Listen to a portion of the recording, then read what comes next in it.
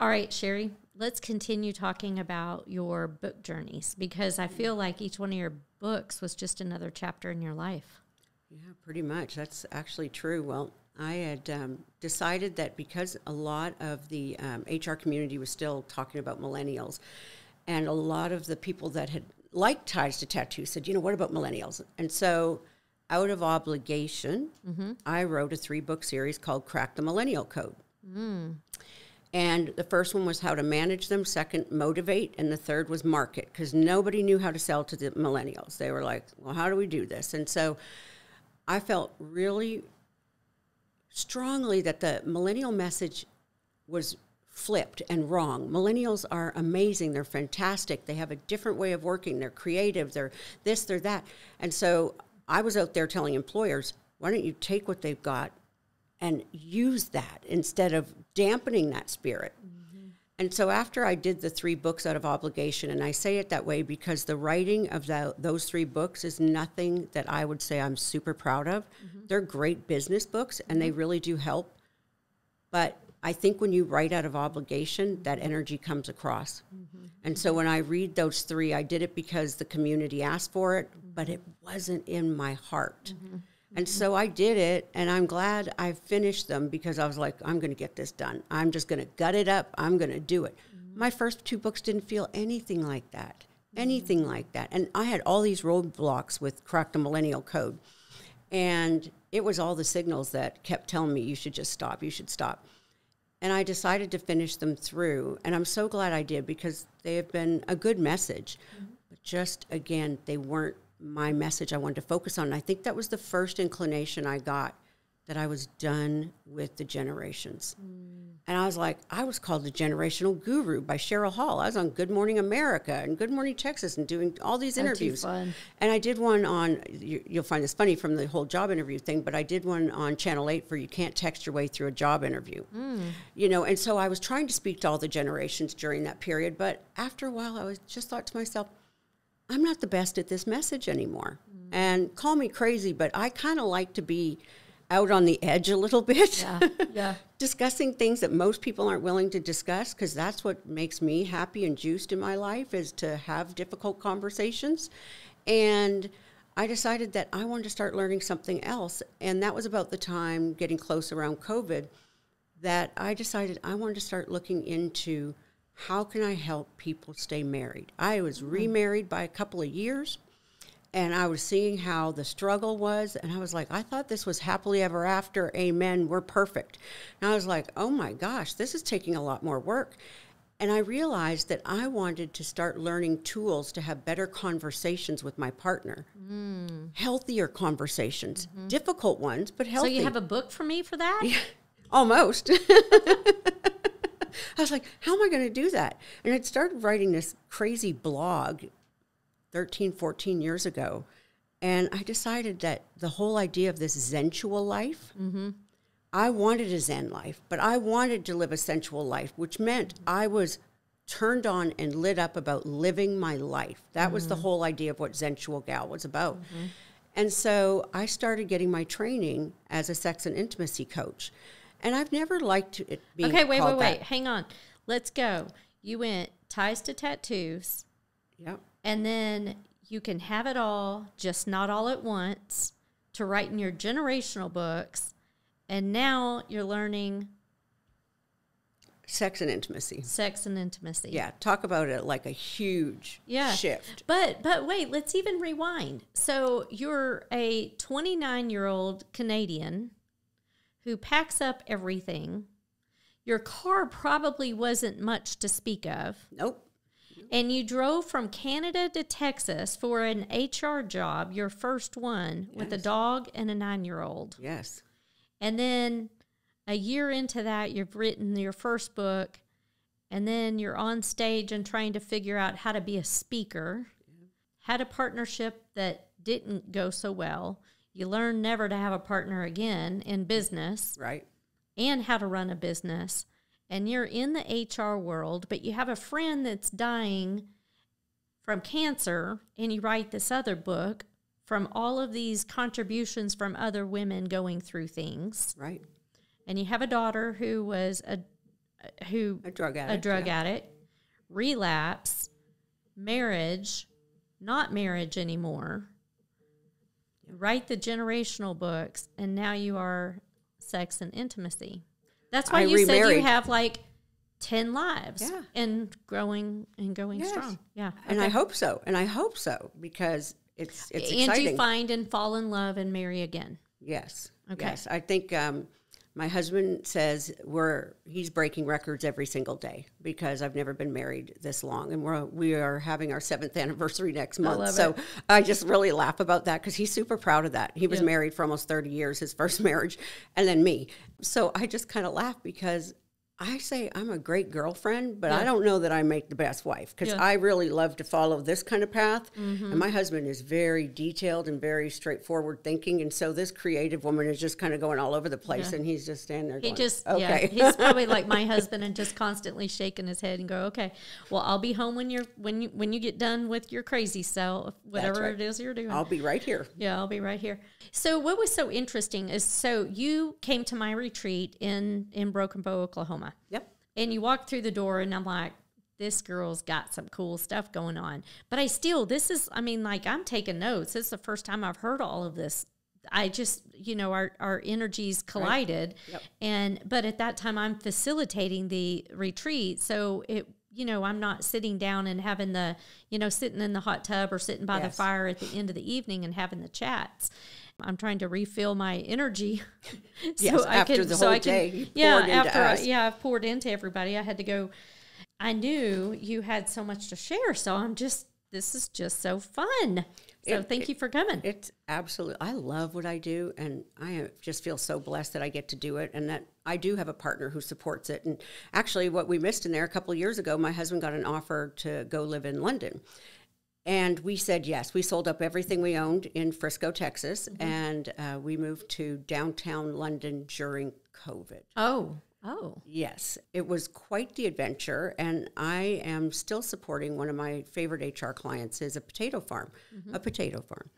And I'm working for them in London, and so they were kind enough to let me do that. And we're living in London, and it's quite a different place, and my husband's a recovering alcoholic, and he had a problem with London.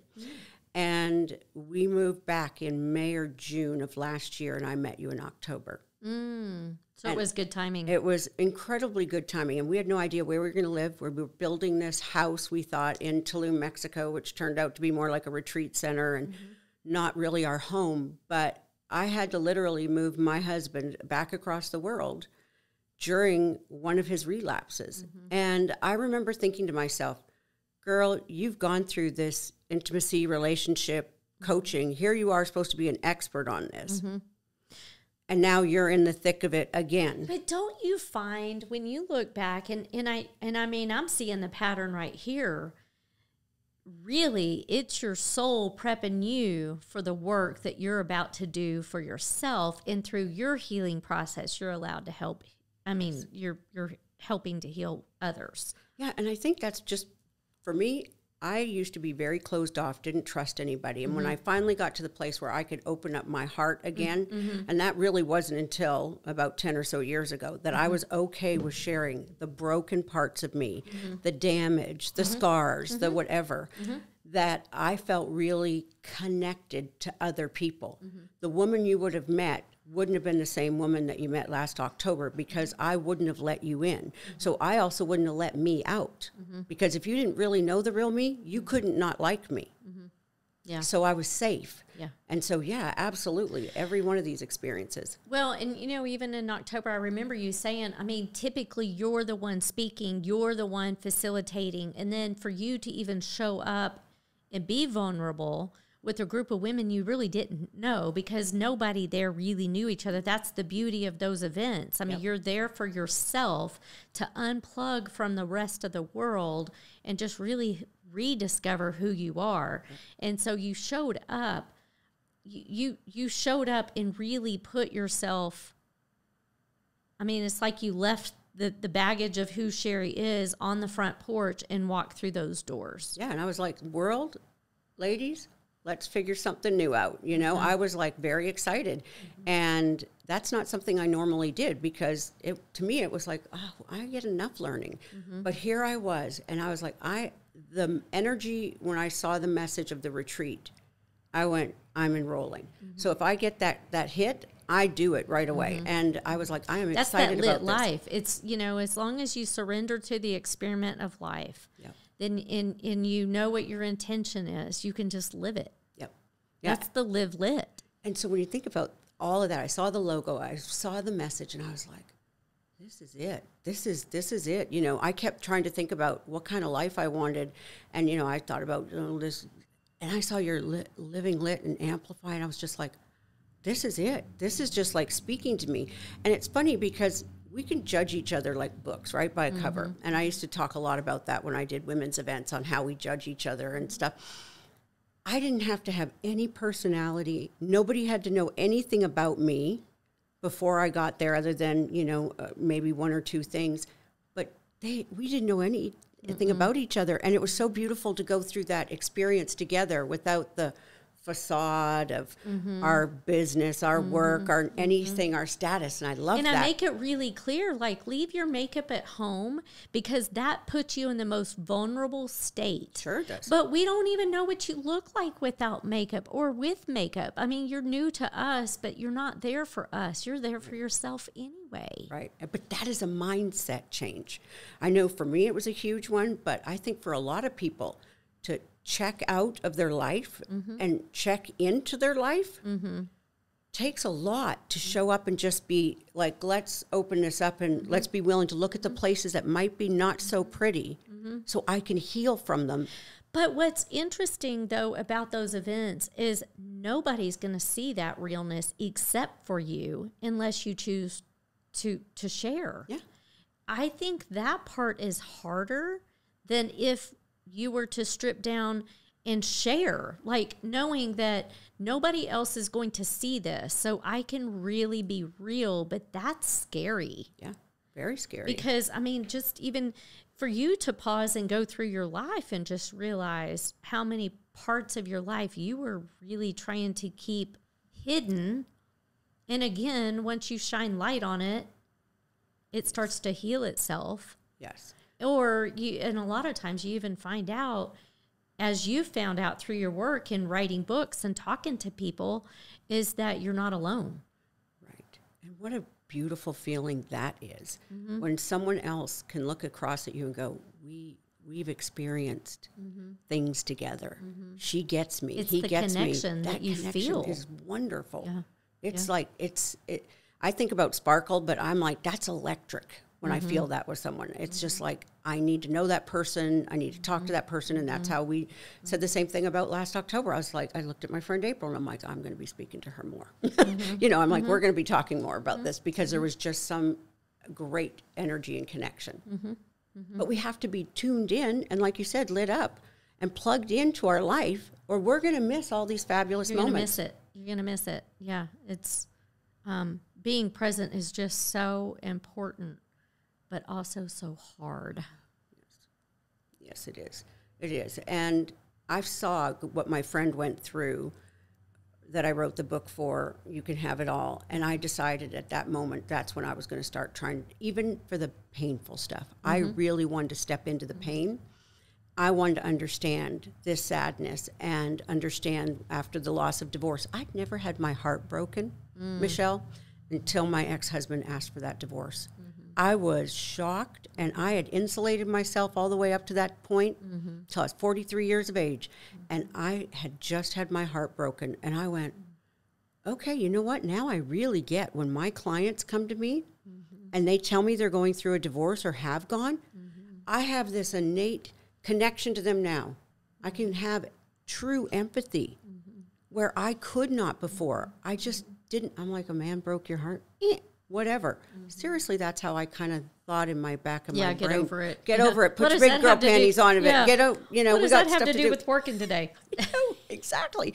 So it really did help me. So I have appreciation for that. Well, same thing with dealing with your daughter with drug addiction. That's a heartbreak too, because you lost the daughter that you thought you she was. Of course. And then, of course, you know, how do you help someone that you love so dearly until they're ready to help themselves? Then you had to learn that you can't truly do that. I mean, just all of those things that now you can connect and that you can connect with other people because you've experienced. Yep. You know, exactly. I know that I've done some speaking for the DEA, and I went there one day, and I wanted to thank them for saving my daughter's life at one point because they had her under surveillance at UTD. And I said to them, you guys don't know the impact that you're making, and I just wanted to thank them. So I started doing some speaking for them as a parent. It was some of the most satisfying. The introvert that you used to be. I know, the introvert, and I'm standing up there because it's a message that I can get behind. Right. You know, and it's not about me. So when I figured it wasn't about me anymore, people weren't looking like to see, is she gotten a little puffy? Is she gained weight? Is she looking ugly today? You know, I had all this insecurity about the outside not looking right. But it was, once I realized it was the message that people were connecting with, I wasn't nearly so concerned about what I looked like anymore. And it was fabulous. It was, I got to show up as me. And if I made a mistake, I was able to laugh it off. And they're like, oh, look at you. You're just, And I'm like, I'm just like all of you, trying to make it day by day. And I just want to share my experience with you. I've really gotten into facilitating masterminds. I love to facilitate a conversation and just guide the conversation, but allow people to connect through conversations. My favorite. I just love sitting back, watching, listening, observing, and guiding. And yesterday, though, there was a lady there that just came straight from the gym without her makeup on. And I said, thank you. Because you being here with others in a room without your makeup reminds me that it's okay to do the same thing. Right.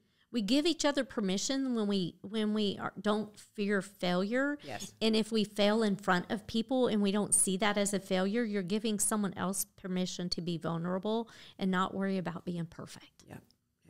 So even if you were to goof up on stage, you give someone permission to overcome their fear of doing the same thing, because they'll see that and go, oh, she just messed up and didn't make a big deal of it and didn't cry her way off the stage. She just continued to go.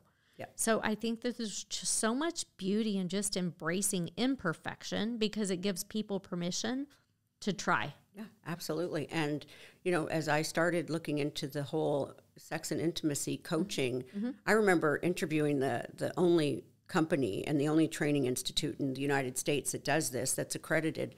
I interviewed with them a few times, and I was so scared.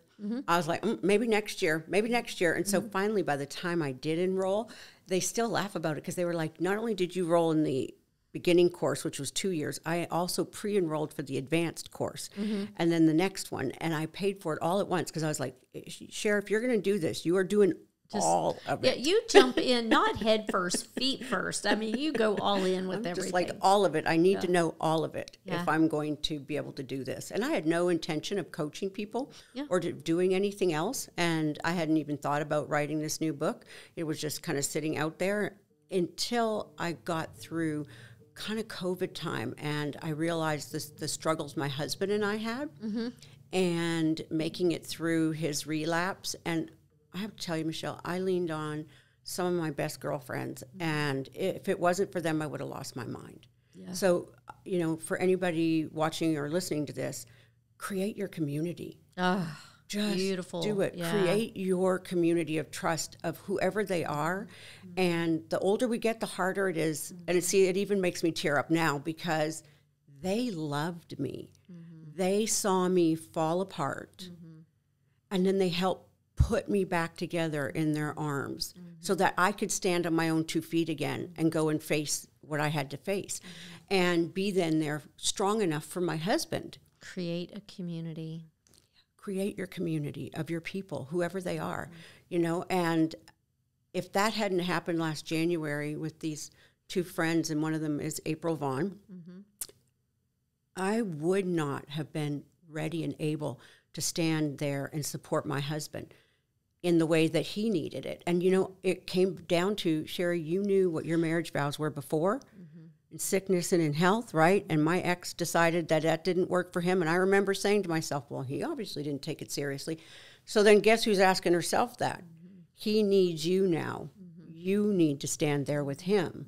And I was like, absolutely. So if I can find a way to help increase conversation, communication, trust within couples, because we wouldn't have made it through that tough year if it hadn't have been for me creating that community and me doing the work that I had, my soul, as you said, started preparing me for. Because I now had all this knowledge that I was supposed to be sharing with others. Well, guess who needed it first? Me. It always starts with us. Before we can give it to anybody else, we have to have it. Yeah, I think if you really start, like, I know this is true for me, so this is my truth. Typically, I'm teaching what I need to learn the most about. So if you catch me teaching something, you can look in my heart and know that's where I need to learn the most. Oh, I love that. And I mean, I see that through all that you have done too. Yeah, and usually my teaching comes at the very end after I've walked over the rocks, or I've done my Phoenix kind of process, gone into the woods and come back out in something different, right? And to me, that's been the changes for me. It feels like I'm peeling that layer of skin and I'm going into a new person. Do you remember when we were at the retreat and we ended up going down the human design path instead of the scripted retreat material that I had? What was your profile? Do you remember? It was like an 8 and a 1 or a 7 and a 1. Something like 7 that. and a 1, I think it was. So if for anybody that's listening, for the human design, I'm a 3-5. So typically I experience things to share with others. And that's why I was asking. I thought that was maybe it's a 1 and a 5. It may be, because I think that has, that's you right. have that profile too. Yes. Where our experiences are for lessons for ourselves, but also to be shared with others. That is exactly correct. And maybe it doesn't help them avoid the struggles because there's just so much lesson in it, but for them to know that they're not alone. Right. It's not, they're not going through this by themselves. Someone else has also. Yep. And so, it gives them permission to go, oh, okay, I'm not so odd. I'm not so whatever. And right, then they also know that maybe now there's a source, somebody who can offer help or referrals. I get a lot of people ask me all the time about, well, does Al-Anon really work or AA? And I'm like, yes, it really does. Yeah, it really That's does. what you want. But there's other choices. Because just like we were talking about, that's part of your community at that time. Sure. I think about whenever you said that, what I was visualizing, well, number one, y'all sisterhood, all together holding hands, daisies in their hair, But I'm also, I also picture the trust circle. Where everybody is falling over and trusting the next person to catch them. Yep. I mean, we always need that trust circle. Like, if I fall, who's going to catch me? Yep. Who are those people? And you have to plan now. Yes. It's kind of like, you learn to do CPR before you need to do CPR. Exactly. Yeah. We need to be able to have that built. And that's one of the things that I put a fire pit in my house in Tulum at the very end of the build. Mm-hmm. Because I wanted a place, and my husband almost lost his mind over this. I said, we can paint and heal our emotional scars and our physical scars. So as part of the women's retreat, I wanted to start doing that. The women could choose their color of paint, and we would paint them where they wanted. Oh, my gosh. Healing. We are going to, I want to, let's stop here because I can't wait to get into the last section, which is really talking about what you have built in Tulum and your vision for how this is going to not just heal the couple. I mean, well, we'll see if this is true, but I think the healing is within before you can heal as a couple. And I think that's the direction you're going. I don't know that for sure, but let's pause here in case someone needs to listen to this later on. Perfect. And we'll record one more episode over this. Okay. Fabulous. All right.